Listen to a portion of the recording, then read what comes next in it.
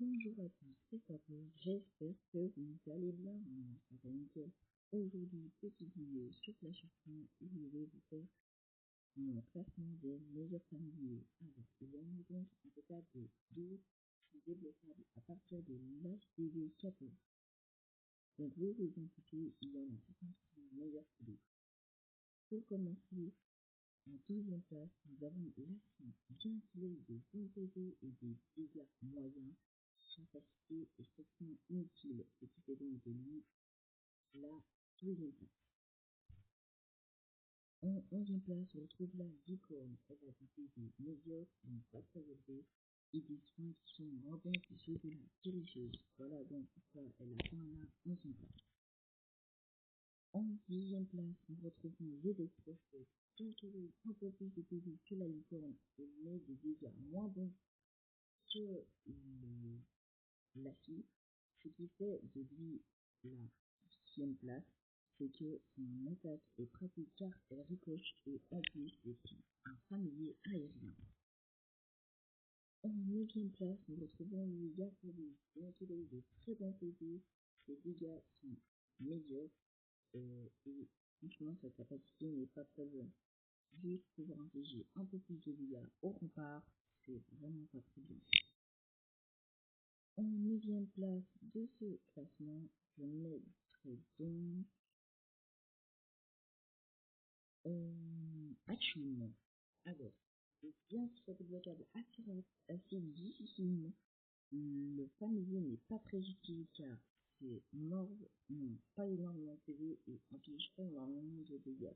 Et le familier, lui, n'inflige que des dégâts lorsque votre héros est mort, ce qui est un peu inutile, on va dire. En 8e place, je mettrai la... En 7e place, pardon, je mettrai donc la Méduse Coloris.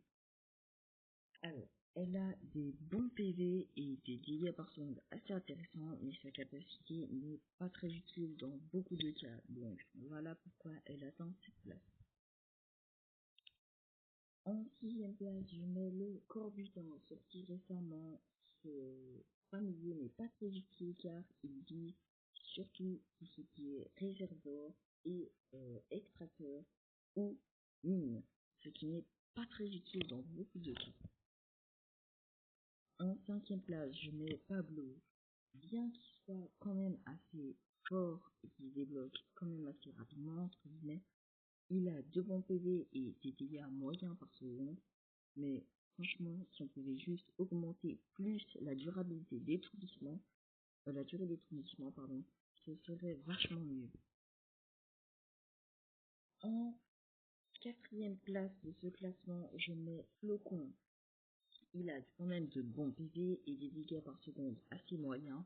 Ce qui fait de lui cette place-ci, c'est surtout ses mythes polaires. Sachant qu'il en invoque jusqu'à 3 par, on va dire, invocation. Ça fait de lui un très bon familier. En 3e place de ce classement, je mets donc le lézard létal. Il a de bons dégâts et des PV assez moyens.